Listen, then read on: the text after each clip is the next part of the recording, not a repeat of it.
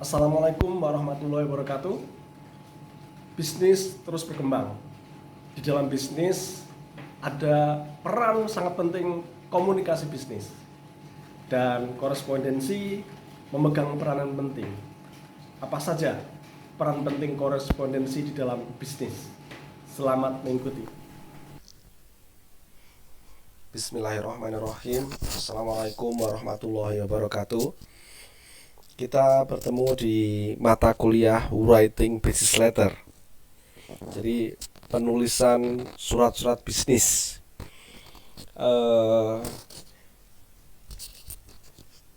Saya memberikan dalam kalimat yang lain adalah business correspondence, korespondensi bisnis. Tapi substansi antara writing business letter dengan business correspondent menurut saya sama.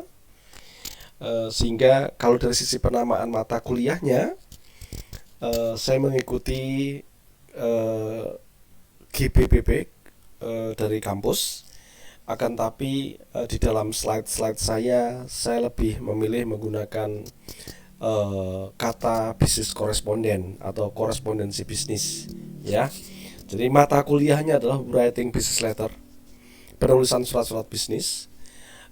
Tapi materi kuliahnya saya menyebutnya dengan materi business correspondence, korespondensi bisnis. Substansinya sama saja.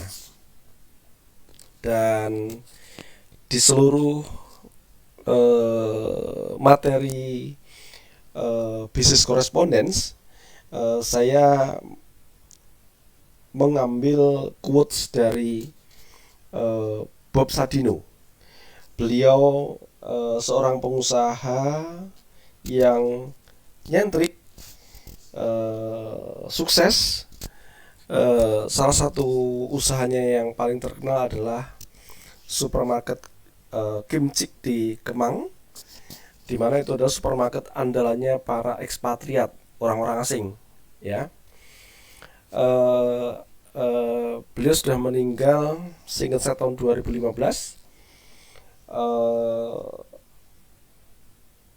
Kalau Anda ingin mengetahui lebih banyak mengenai profil Pak Bob Sadino, silakan Anda cari di Google, di mana salah satu ciri khasnya adalah beliau lebih suka menggunakan celana pendek kemanapun beliau pergi. Kali ini quotes yang saya ambil dari beliau adalah: berhentilah membuat rencana, melangkahlah. Jadi saya dan kita semua lebih banyak berandai-andai dan berencana, tapi tidak pernah mengeksekusi menjadi sebuah sesuatu yang real. Jadi mulai hari ini berhentilah membuat rencana, berhentilah membuat angan-angan, tapi mulailah melangkah untuk merealisasikannya. Itu quotes yang saya ambil dari beliau. Nah, teman-teman, masuk ke materi bisnis koresponden yang pertama. Kali ini saya akan menyampaikan mengenai intro dulu, mengenai pendahuluan dulu, ya. Korespondensi merupakan salah satu bentuk komunikasi non-verbal yang digunakan untuk menyampaikan pesan bisnis maupun non-bisnis kepada pihak lain, ya. Jadi di dalam dunia bisnis tentu ada komunikasi, tentu ada saling menyampaikan pesan. Nah, itu menggunakan media korespondensi. Pesan tersebut tertulis, bisa berupa surat, bisa berupa memo, proposal, agenda, maupun bentuk laporan lainnya yang dilakukan oleh seseorang atau organisasi pada pribadi atau organisasi lainnya. Jadi korespondensi tersebut tentu tertulis, bisa berupa surat, bisa berupa memo, proposal, di mana korespondensi tersebut dikirimkan oleh pribadi ataupun organisasi kepada pribadi ataupun organisasi lainnya, ya. Jadi antar pribadi ataupun antar organisasi, ataupun antara pribadi dengan organisasi. Jadi itulah korespondensi. Nah, seiring dengan kemajuan zaman, menjadikan dunia korespondensi itu bukan dunia yang statis, bukan dunia yang berhenti, tetapi menjadi sebuah dunia yang sangat dinamis, dunia yang terus berubah, dunia yang sangat mengikuti perkembangan zaman dan perkembangan teknologi informasi. Ya, penemuan internet menjadi eh, terobosan yang luar biasa, sehingga korespondensi bukan seperti yang kita bayangkan dulu, semuanya serba kertas, semuanya serba amplop, tapi begitu banyak media-media baru yang berbasis internet yang menjadikan korespondensi itu menjadi dinamis sekali.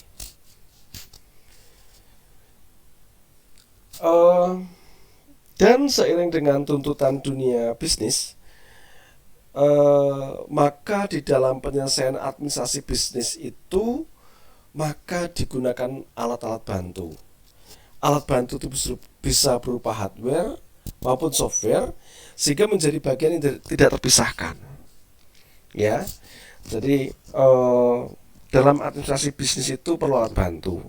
Hardware-nya bisa berupa laptop, bisa berupa komputer, bisa berupa printer, bisa berupa scanner, dan banyak lagi yang sifatnya hardware. Lalu softwarenya juga tentu ada banyak sekali yang bisa digunakan. Ya, akan tetapi meskipun teknologi sudah sedemikian pesatnya, tentu tidak menghilangkan standar-standar korespondensi secara umum. Jadi meskipun kalau dulu menggunakan surat, kalau sekarang menggunakan email misalkan, perubahan itu tidak menjadikan menghilangkan standar-standar dalam berkorespondensi. Karena dengan standar-standar itu, maka komunikasi di dalam bisnis menjadi lebih mudah saling mengerti dan meminimalisasi adanya misinterpretasi antar pelaku bisnis. Ya, jadi itulah kemajuan teknologi tidak menjadikan standar-standar itu tidak berlaku. Jadi kemajuan teknologi tetap menjadikan standar-standar berkorespondensi itu berlaku. Nah, tentu teman-teman juga harus tahu bahwa korespondensi itu diambil dari kata correspondence dalam bahasa Inggris, yang berarti dengan yang lain. Lalu juga gabungan dengan kata responder yang berarti menjawab.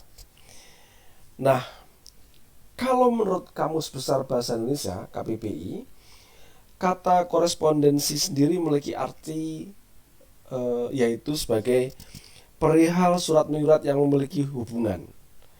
Jadi antar pihak itu memiliki hubungan yang saling surat menyurat. Nah, kalau kita bicara surat, apa sih definisi surat gitu ya? Surat adalah sarana komunikasi yang digunakan untuk menyampaikan informasi tertulis oleh suatu pihak kepada pihak lain. Jadi surat itu adalah sarana komunikasi, ya.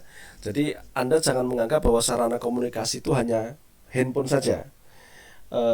Surat juga merupakan sarana komunikasi tertulis.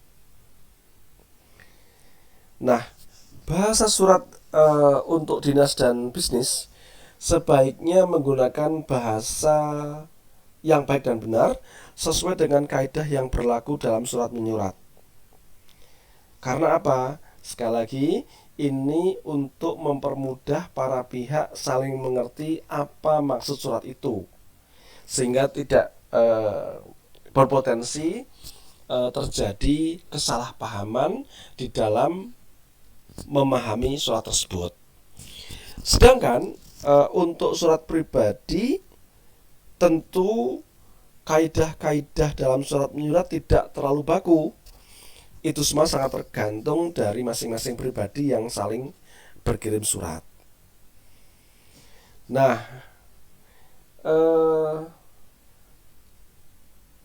Anda juga harus tahu bahwa surat itu dikelompokkan ke dalam beberapa kelompok. Kelompok pertama adalah kelompok surat pribadi. Jadi surat yang ditulis oleh seseorang yang isinya berkaitan dengan kepentingan pribadi. Jadi kepentingan pribadi, bukan kepentingan lembaga ataupun instansinya. Surat dinas, surat yang berkaitan dengan kepentingan tugas dan kegiatan dinas atau instansi. Biasanya ini di pemerintahan ya. Jadi terkait dengan tugas-tugas di pemerintahan. Berikutnya adalah surat bisnis. Jadi surat yang digunakan orang atau badan usaha yang menyelenggarakan kegiatan usaha. Jadi terkait dengan bisnis, biasanya di swasta ya. Setelah Anda mengetahui kelompok-kelompok surat tadi, berikutnya adalah fungsi surat. Pertama adalah alat untuk menyampaikan pemberitahuan, permintaan atau permohonan, buah pikiran ataupun gagasan. Ya, di dalam surat itu kita bisa menyampaikan sebuah pemberitahuan, kita bisa menyampaikan permintaan ataupun permohonan, bahkan buah pikiran ataupun gagasan. Ya, itu fungsi surat. Nah, fungsi berikutnya adalah sebagai alat bukti tertulis. Misalkan dalam sebuah proses jual beli, maka surat jual beli itu sebagai alat bukti tertulis. Alat bukti satu pihak sebagai penjual, lalu pihak yang lain sebagai pembeli. Fungsi berikutnya adalah alat untuk mengingat. Jadi surat-surat yang diarsipkan, disimpan sebagai arsip, juga berfungsi sebagai pengingat. Ya, kalau kita lupa, kita buka arsip, kita jadi ingat, oh dulu pernah ada jual beli di tahun sekian, kira-kira seperti itu.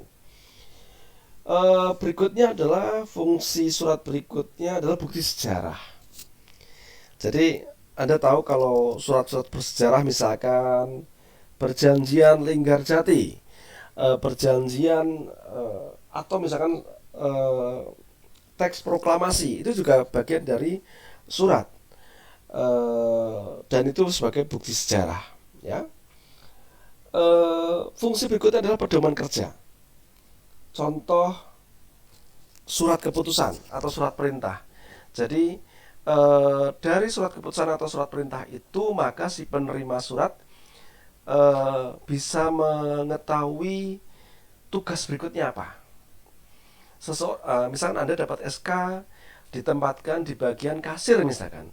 Artinya apa? Anda punya pedoman kerja bahwa mulai besok saya ditugaskan di bagian kasir. Ya, itu adalah fungsi-fungsi dari surat. Nah, berikutnya adalah bagian-bagian surat. Layaknya sebuah surat, maka surat itu ada bagian-bagiannya. Dimulai dari atas, Anda bisa melihat ada kepala surat, ya, atau ada juga yang menyebut kop surat, gitu ya. Berikutnya adalah di bawahnya ada tanggal surat. Jadi jangan lupa kalau Anda bikin surat harus ada tanggalnya. Lalu ada nomor surat, ya, lampiran dan perihal. Mengenai lampiran ataupun perihal ini sifatnya opsional, bisa ya bisa tidak, ya. Lalu kalau perihalnya harus ya, lampiran yang biasanya bisa ya bisa tidak. Lalu di bawahnya lagi adalah siapa yang dituju serta alamatnya di mana, ya. Yang terhormat Ketua Stikim, alamat di Jalan Harapan. Nah, itulah siapa yang dituju dan alamatnya di mana. Nah, lalu ada salam membuka, ya, biasanya dengan hormat, gitu ya. Berikutnya masuk ke isi surat, ya. Jadi meskipun di dalamnya pun isi surat itu terbagi menjadi paragraf pembuka, paragraf isi, dan paragraf penutup. Setelah isi surat yang pembuka, isi, dan penutup, maka diberikan salam penutup. Ya, lalu tanda tangan, nama jelas penanda tangan, dan jabatannya apa. Berikutnya, jika surat itu diperlukan adanya tembusan, biasanya kalau kirim surat kepada misalkan kepada pembantu ketua 3 Stikim, nah tembusannya adalah ketua Stikim misalkan. Jadi eh, kalau ada tembusan juga di situ dicantumkan inisial. Nah, kira-kira inisialnya untuk apa? Nanti saya sampaikan di slide berikutnya. Kita bahas satu persatu mulai dari kepala surat atau kop surat. Kepala surat ini merupakan wajah atau penampilan yang pertama kali dilihat, sekaligus merupakan ciri khas perusahaan. Ya, jadi kalau Anda baca surat, tentu yang Anda lihat pertama kali kop suratnya. Anda terima surat dari Stikim, berarti kop suratnya Stikim. Sehingga kop surat itu adalah penampilan pertama kali yang dilihat. Karena ada logonya segala macam, maka itu menjadi ciri khas perusahaan.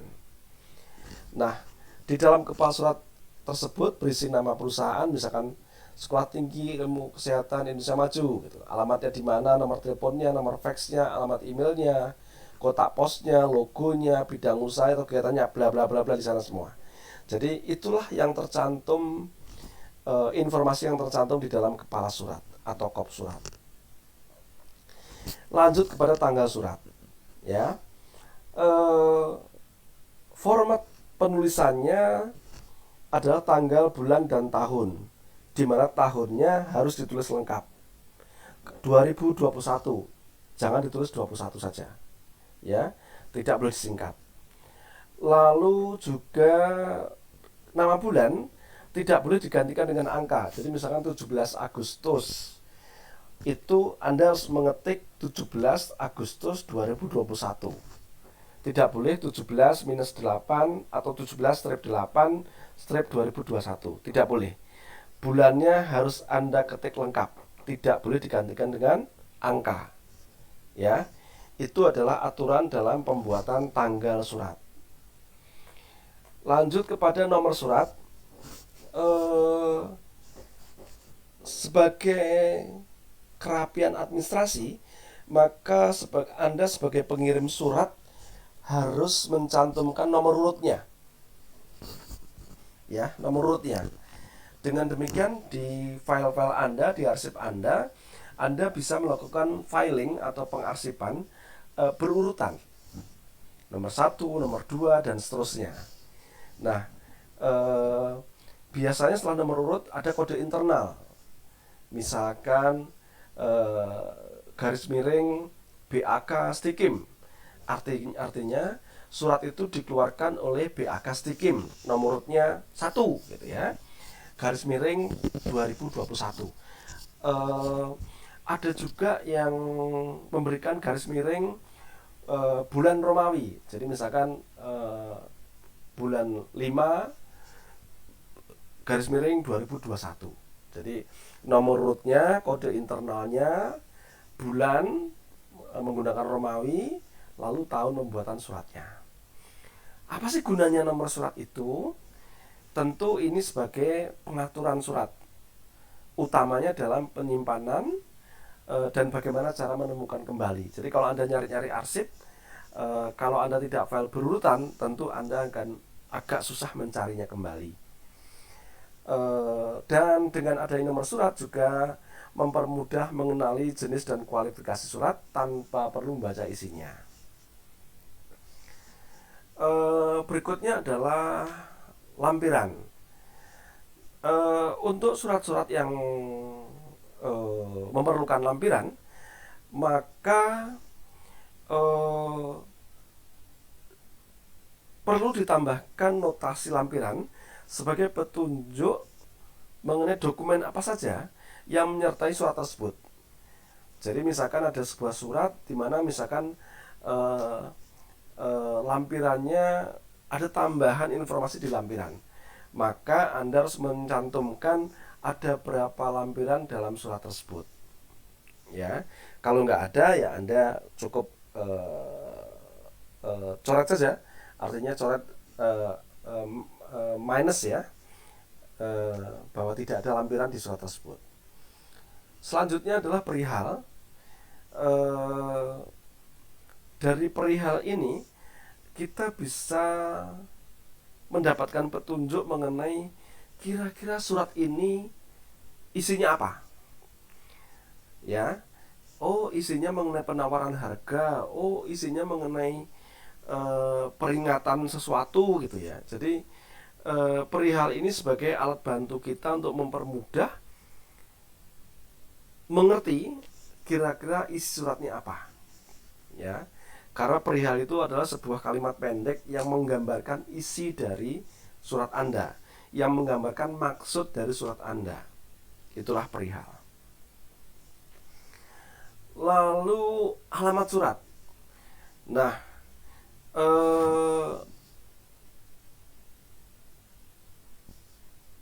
ada beberapa aturan terkait dengan alamat surat yang bisa Anda baca di slide ini ya. Setelah alamat surat mulai masuk ke salam pembuka. Nah, agar suasana tidak kaku, maka sebaiknya kita memberikan salam pembuka sebagai penghormatan kepada pihak yang kita tuju. Ya, beberapa salam yang kita kenal antara lain dengan hormat, salam hormat, salam bahagia.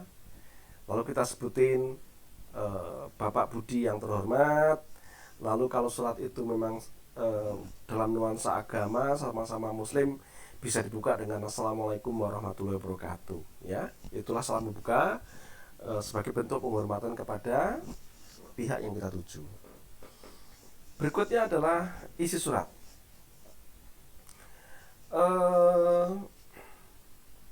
Kira-kira di dalam isi surat itu ada 3 kelompok alinea. Kelompok pertama adalah pembuka, alinea pembuka. Di sini adalah sebagai pengantar bagi pembaca untuk segera mengetahui masalah pokok surat. Jadi pembaca membaca alinea pembuka ini sudah bisa tergambarkan masalah di pokok surat itu apa. Ya. Berikutnya adalah alinea transisi.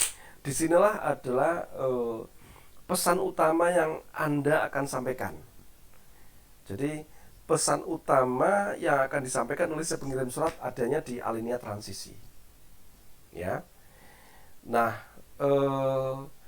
setelah ada alinea pembuka, alinea transisi, maka ditutup dengan alinea penutup.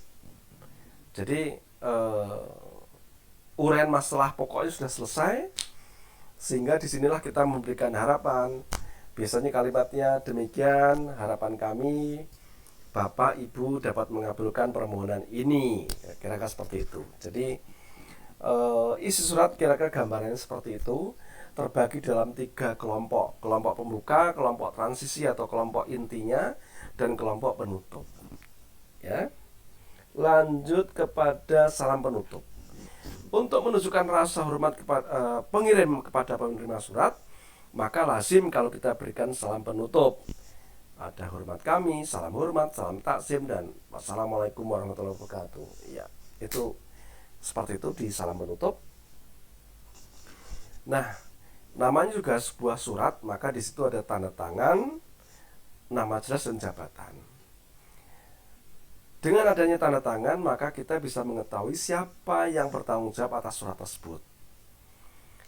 Lalu nama jelasnya, jadi siapa yang menandatangani surat tersebut, serta jabatannya.